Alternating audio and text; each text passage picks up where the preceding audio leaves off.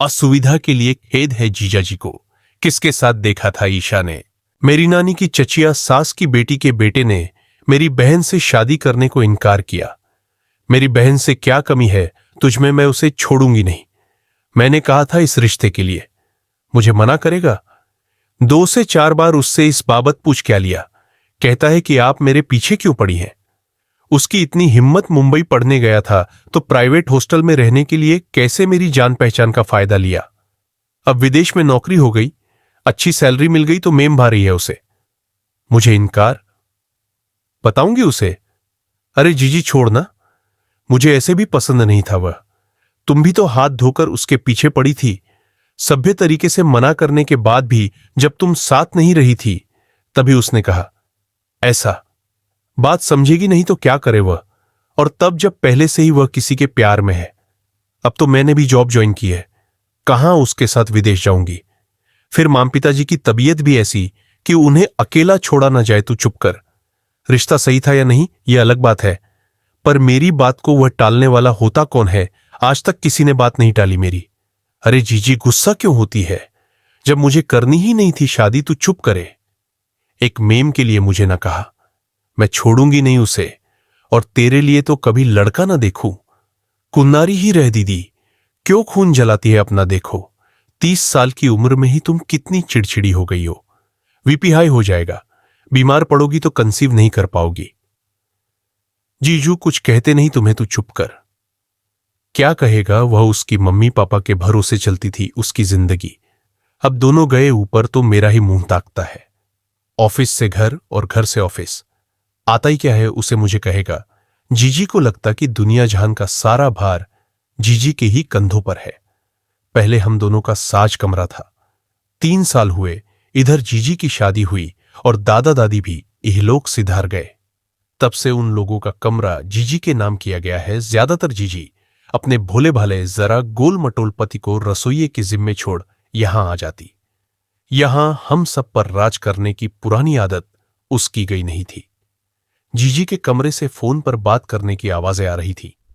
क्यों छोड़े, क्यों ऐसे ही छोड़ दे। निकालती हूं हवा उसकी उधर। शायद जीजी की वह सहेली थी जिनके पति वकील थे। बात नहीं बनी शायद। जीजी ने फोन रख दिया। बड़ी उतावली हो। वह ऐसे किसी सज्जन को ढूंढ रही थी जो जीजी की बात न मानकर जीजी को अपमानित करने वाले दुर्जन की हवा निकाल सके। कौन मिलेगा ऐसा? जीजी सोच में पड़ी थी। मैं जीजी के कमरे में गई, उसे शांत करने का प्रयास किया। जीजी, यह कोई इशू नहीं है, तुम ईगो पर क्यों लेती हो? तुम अब इस प्रकरण को बंद करो। मुझे नहीं करनी थी कोई शादी, अभी बहुत जल्दीबाजी होगी। शादी की बात करना मत कर। शादी मैं तेरे लिए लड़ भी नहीं रही। मेरी बात टाल जाए, मुझसे ही काम निकालकर, वह भी विदेशी मेम के लिए, यह गलत है। मैं होने नहीं दूंगी। बड़ी अड़ियल और बेतुकी है जीजी हूं। तुझे उससे क्या, तू अपने काम से काम रख। इसके 2 दिन बाद शाम को जीजी अपना फोन लाई। मुझसे कहा, इन तस्वीरों में सबसे अच्छी वाली कौन सी है? क्यों, तू बताना। ये वाली। मगर ये तो 4 साल पुरानी तस्वीर है, करोगी क्या इसका? एक दूसरी एफबी प्रोफाइल खोलकर उसमें मेरी सारी पुरानी पेंटिंग्स डालूंगी। अरे वाह, सच जीजी, ये हुई ना बात। ये प्लान बढ़ दिया है। जीजी ने नया प्रोफाइल खोला और अपनी पुरानी पेंटिंग्स की तस्वीरें खींचकर उसमें डालती रही। वैसे समझ नहीं पाए कि पेंटिंग्स पुराने एफबी प्रोफाइल में क्यों नहीं डाली। जीजी को यहां आए 20 दिन तो हो ही चुके थे। जीजू के लिए हम सबको चिंता होती, वहां अकेले उन्हें दिक्कत होती थी। लेकिन जीजी से इस बारे में कुछ कहो तो उसका उत्तर होता, हां हां, मैं तो हूं ही पराई, अब तू ही यहां राज कर। यहां रहने के खर्च देने पड़ेगा क्या? यह मेरा भी घर है, मेरा इस पर हक है। महीना भर हो गया तो जीजू ही आ गए। मोहतरमा ने वापस जाने को ठेंगा दिखा दिया। जीजू वापस चले गए। जीजी को लगातार फोन पर व्यस्त देखती। कोलकाता के जिस मार्केटिंग एरिया में हम रहते हैं, वहां शाम होते ही बाजार और दुकानों में घमाघमी रहती है। पहले जीजी के साथ अक्सर मैं भी मार्केटिंग को निकला करती थी, लेकिन अब तो जीजी का फोन ही सब कुछ था। कुछ दिनों बाद जीजी ने निर्णय सुनाया कि वह एक जगह पेंटिंग सिखाने को जाना चाहती है।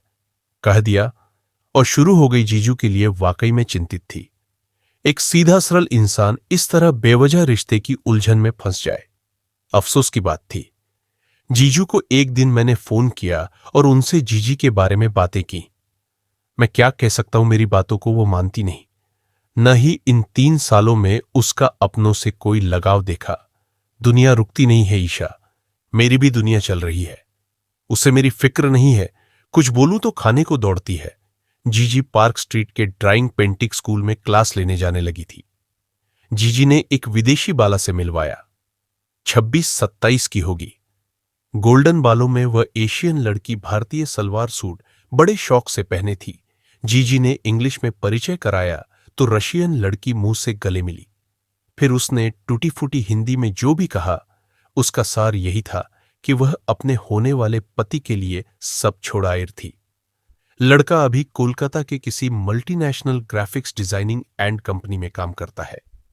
पहले जब वह अमेरिका पढ़ने गई थी तो इस लड़के से प्रेम हुआ। लड़के के पिता जब बाद में चल बसे और लड़के की मां ने उसे यहां बुलावा भेजा तो लड़की ने भी लड़के के साथ आने का मन बनाया। इस रशियन लड़की सेल्विना दास्तावस्की की मां नहीं रही, सौतेले पिता हैं। अब उसका यह बॉयफ्रेंड ही सब कुछ है। सेल्विना की आंखों में एक मधुर संभाषण और बाल सुलभ कुतूहल देखा मैंने। वाकई वह बहुत प्यारी और निश्चल थी। मुझे भा गई थी। रात को जीजी घर आई तो मैंने पूछ ही लिया, अचानक कैसे वहां ड्राइंग सीखने जाने लगी? कैसे पहचान हुई सेल्विना से? तुम्हारी फेसबुक के मेरे नए प्रोफाइल पर तुमने भेजी थी रिक्वेस्ट। तुझे क्या करना किसने भेजी? जीजी तुम सारी चीजों में उलझ कर रह गई, लेकिन जीजू के बारे में बिल्कुल नहीं सोच रही। आखिर चाहती क्या हो? जीजू अकेले क्यों रहे? मैंने उनसे कहा तो है कोलकाता ट्रांसफर करा ले। नहीं, अपनी पैतृक संपत्ति छोड़कर किराए के मकान में आना नहीं चाहते। मैं क्यों नहीं बड़े शहर में रहूं? पर तू ये बता, तुझे क्यों इतनी फिक्र हो रही जीजू की? जीजी चुप कर। ढीले ढाले पाजामे को मेरे गले बांध दिया सभी ने मिलकर। बैंक की नौकरी है, वह कोई मर्द है। जीजी की बातें बड़ी चकित करने वाली थीं। मैं रात तक बेचैन रही। वे मुझसे स्नेह रखते थे। जीजू की लाचारी मुझे खलने लगी। मैंने उन्हें एक के बाद एक कई संदेश भेजे ताकि उनकी खैरियत पता चल सके। कोई उत्तर न मिला मुझे तो मैंने फोन मिला दिया। फोन उठाया गया, लेकिन कुछ पल कानाफूसी सी आवाजें आने के बाद फोन कट गया। मुझे ऐसा क्यों लगा कि उस वक्त ऐसा कुछ था जो ना होता तो अच्छा था। कल की सुबह शनिवार की थी।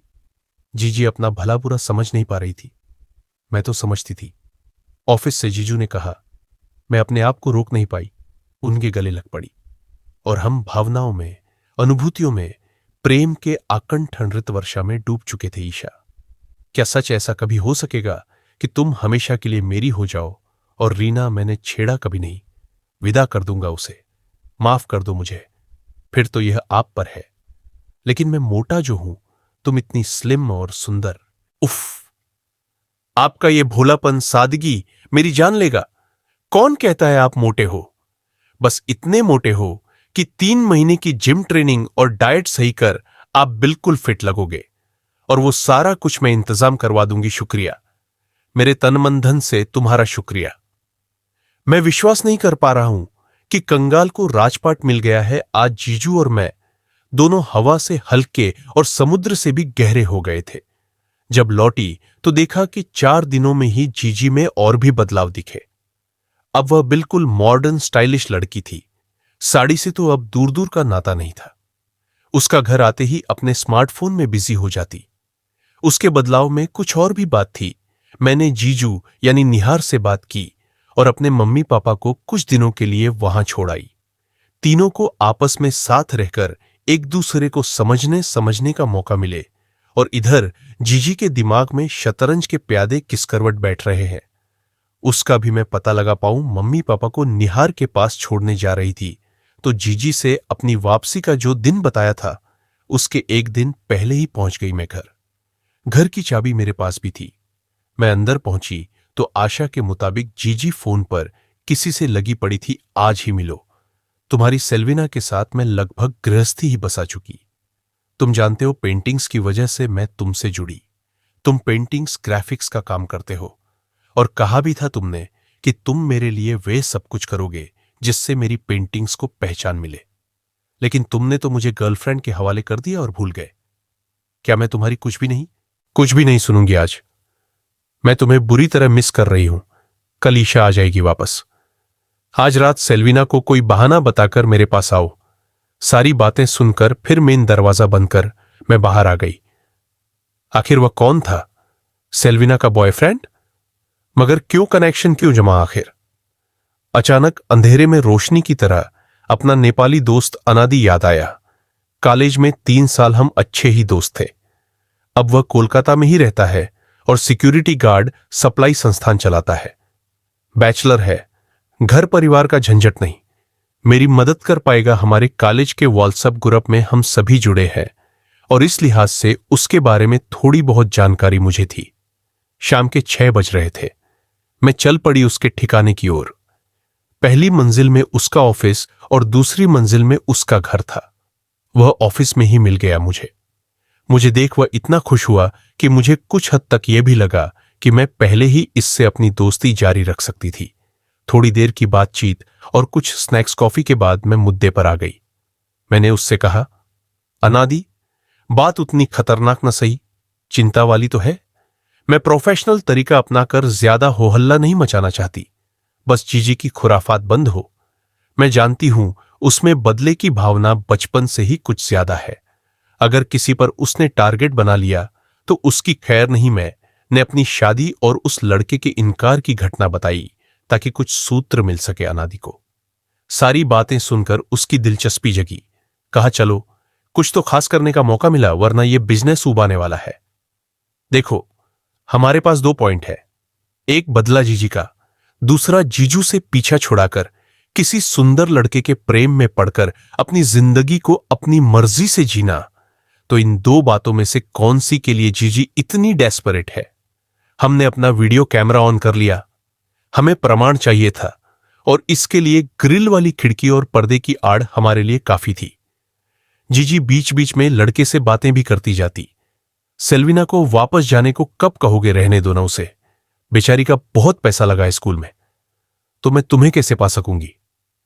शादी कैसे होगी हमारी? तुम बड़ी हो उससे 4 साल। मां नहीं मानेगी। अच्छा, तो सिर्फ मजे के लिए मैं जीजी होश खो रही थी। जीजी ने आगे कहा, और वह नेकलेस लाए? हां, हीरे की लॉकेट वाला ना? हां बाबा, कल 20,000 ट्रांसफर करने को बोला था बैंक में। के करता हूं, अभी करो, इतनी जल्दी क्या है? फिर इस वीडियो को देखो। सेल्विना तो क्या हर जगह पहुंच जाएगा। अच्छा लगेगा। तुम ही बताओ। तनय वीडियो देखकर तनाव में आकर उठ बैठा। तुम मुझे ब्लैकमेल कर रही हो? नहीं तनय, मैं तो बस सावधान कर रही हूं। सुख मुझे अकेले नहीं मिल रहा है, तुम्हें भी मिल रहा है। तो कुछ तो चुकाओगे ना? तनय ने मोबाइल से तुरंत रुपए ट्रांसफर कर दिए। जीजी शातिर गेम खेल सकती है, मैं जानती नहीं थी। मैं उलझती ही जा रही थी। हमने कैमरा बंद कर दरवाजा खटखटाया। दोनों संभल गए। कुछ देर बाद जीजी ने कमरे का दरवाजा खोला। पता कर लिया था कि उन्होंने पार्क स्ट्रीट की एक कॉलोनी में सेल्विना के साथ मिलकर फ्लैट खरीदा था और सेल्विना के साथ तब तक लिव इन में था जब तक न सेल्विना को भारतीय नागरिकता मिले और उससे कानूनी प्रक्रिया के तहत शादी हो जाए। अनादि ने मुझे पता करने को कहा कि जीजी का इस तनय के साथ पहले से फेसबुक और चैटिंग का कोई रिश्ता है क्या। जीजी से यह पूछने की फिराक में थी कि अनादि का संदेश आया, ईशा क्या मेरी बनोगी? बड़ा मिस करने लगा हूं यार। तुम्हें यह क्या, जीजी के केस के बीच ये नया गेम क्या है?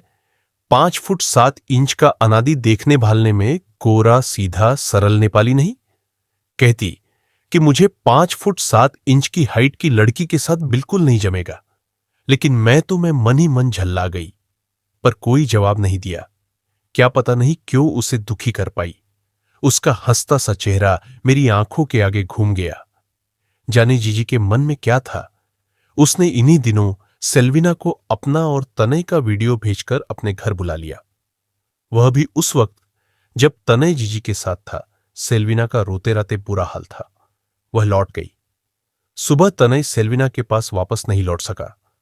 तनय समझ गया था कि वह सेल्विना को खो चुका है। जीजी ने उसे समझ लिया कि जीजी तनय को हमेशा के लिए अपना बनाना चाहती है। इधर 1.5 महीना होने को आया था, मम्मी पापा को बिहार के पास रखे हुए। अब जल्दी नतीजे पर पहुंचना जरूरी था। आखिर सेल्विना कौन थी? क्यों जीजी ने उसकी जिंदगी उजाड़ी? तनय ही क्यों? मैंने अनादि को एक कॉफी शॉप में बुलाया। उससे कहा, क्या तुम भी इस गेम में उतर रहे हो? अनादि, ऐसा क्यों लगा तुम्हें? फिर ये सब क्या है? चाहने की बात क्यों करने लगे? इसमें बुराई तो कुछ नहीं ना?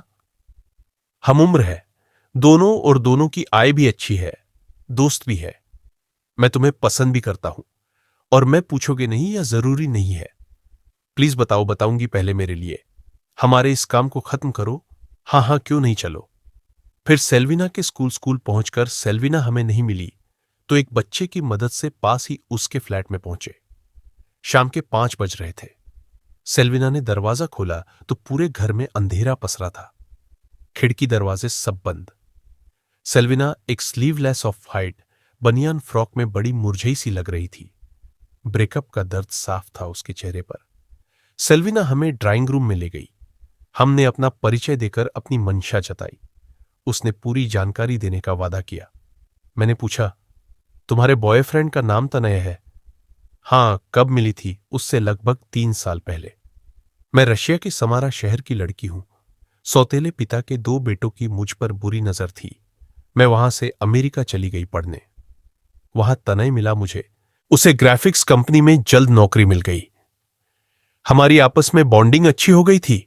पेंटिंग्स का वह दीवाना था और अपनी ग्राफिक्स डिजाइनिंग में मुझसे आइडिया लेता रहता था। तनय का बैकग्राउंड बताओ, कहां का है, वह कहां से पढ़ा है? वे लोग कोलकाता से है। ये असल में राजस्थान के लाला हैं। हमारे रिश्तेदार भी हैं कुछ जिनकी लाला में शादी हुई थी। पढ़ा कहां से है? मुंबई। इसके पिता का नाम हरिनाथ और मां का नाम सुभागी है। हां, ऐसा ही कुछ है। तनय तो तुम्हारे ही साथ रहता है। उसकी मां कहां है? यहां से पास ही है उन लोगों का घर। वह शाम को नौकरी के बाद वहां जाता था। कभी कभी मैं भी। सेल्विना, तनय का कोई पुराना सर्टिफिकेट है तुम्हारे पास जिसमें उसके पिता का नाम दर्ज हो? सेल्विना ने अलमारी से एक फाइल निकालकर दिखाई। हां, यह तो वही शख्स है जिस पर जीजी ने बदले का प्रण किया था। यानी हमारी नानी के चचिया सास की बेटी के बेटे, यानी हमारी नानी की चचेरी ननद के बेटे, यानी हमारे चचेरे फुफेरे मामा तनय लाला। धन्य हो जीजी, तुम्हारे बदले की भावना हम सबको कहां लेकर गई। अब और तुम क्या करने वाली हो? तुमने तो बदले की भावना से न सिर्फ सेल्विना और तनय को बर्बाद किया, बल्कि और भी कई लोगों को उलझाया। अब और क्या हासिल करना चाहती हो? सेल्विना ने ही बताया कि जीजी तनय से पहले ही से जुड़ी थी। बाद में तनय ने सेल्विना से जोड़ा जीजी को। मगर तनय धीरे धीरे जीजी के जाल में कब फंस गया खुद ही नहीं समझ पाया। हम सेल्विना को मदद का वादा कर बाहर आ गए। अनादि से मैंने पूछा, क्या अब तुम्हें मेरी मदद करने के लिए किसी शर्त की जरूरत पड़ेगी? नहीं, नहीं पड़ेगी। मेरी कोई शर्त भी नहीं है। यह तो तुम्हारी इच्छा पर है कि तुम मेरी बनना चाहोगी या नहीं। तो पहले एक निर्दोष का दुख दूर करे, उसके बाद दूसरी बातें। जी आज्ञा। अनादि मुस्कुराया। पर आंच नहीं आएगी। तनय ने हमारे सामने सेल्विना से माफी मांग ली। सेल्विना ने भी अपने प्यार को माफ कर नया जीवन शुरू करने का ठान लिया। अब बारी थी निहार और अनादि की। अनादि के दिल में अब तूफान मचा था। 34 साल के निहार जिम और डाइट कंट्रोल से 26 के लग रहे थे। मैंने मम्मी पापा और निहार को जीजी का एक एक कारनामा बताया। कहा, मैंने जीजी के अविकसित दिमाग में बदला, ईर्ष्या और वासना का अजब तालमेल है, इसलिए वह जिंदगी से तालमेल नहीं बैठा पाई। जो जैसा है उसे उसका प्रतिफल मिलता ही है। यही न्याय है। न्याय अपना पराया नहीं देखता और उसे देखना भी नहीं चाहिए। अनादि अपनी बात के लिए चंचल हो रहा था। मैंने अनादि से कहा, अनादि, तुमने जो हमारे लिए किया वह पूरी तरह निस्वार्थ था। किसी न किसी रूप में हम सबका स्वार्थ जुड़ा था। एक तुम ही ऐसे थे जिन्हें इस केस से कुछ भी लेना देना नहीं था। तुम्हारे लिए जो भी मेरे मन में है निहार से कहना जरूरी है। मैंने देखा उन दोनों की सांसें लगभग रुक चुकी थी। मैंने निहार से कहा, अनादि अब मेरा बहुत अच्छा दोस्त है। और निहार, शादी के बाद मैं जानबूझकर रुक गई थी। निहार का चेहरा देखने लायक था, पर अनादि का सताना सही नहीं था। मैं बोल पड़ी, शादी के बाद हम अनादि के लिए दुनिया की सबसे अच्छी लड़की मिलकर ढूंढेंगी निहार। निहार की रुकी हुई सांसें जैसे चल पड़ी थीं। ईशु निहार के मुंह से निकला अनादि उठकर निहार से गले मिला। फिर मुंह से और निहार से संपर्क में रहने की बात कह वह चला गया। उधर तनय और सेल्विना की शादी में जीजी को छोड़ सभी उपस्थित थे। जीजी को मम्मी पापा ने अपने गहनों और रुपयों से कुछ हिस्सा देकर बाहर का रास्ता दिखा दिया। जीजी के असामाजिक कृत्यों की वजह से जल्द ही निहार को जीजी से डिवोर्स मिल गया और मैं निहार की बन गई हमेशा के लिए।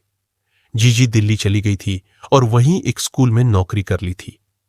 दिल्ली से एक दिन जीजी का मुझे संदेश आया। उम्मीद नहीं थी तो मुझे धोखा देकर जड़ से काट फेंकेगी। मैंने उसे कोई जवाब नहीं दिया। मन ही मन मथ रही थी मैं कि बदले की आग में इंसान खुद तो जल मरता है, दूसरों को भी अकारण जला देता है। अब अगर बुराई को जड़ से उखाड़ फेंकने के लिए मैंने धोखा दिया तो दिया। जीजी, इस असुविधा के लिए खेद है, पर अफसोस नहीं।